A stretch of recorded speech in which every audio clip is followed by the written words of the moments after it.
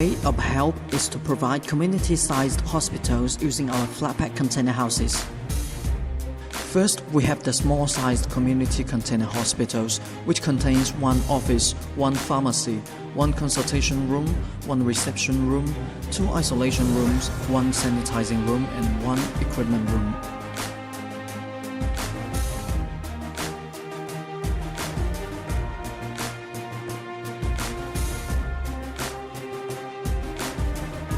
For larger-scaled communities, we have the mid-sized container hospitals. Inside has one pharmacy, one office, 4 consultation rooms, one reception room, 8 installation rooms, and one sanitizing room and 2 equipment rooms.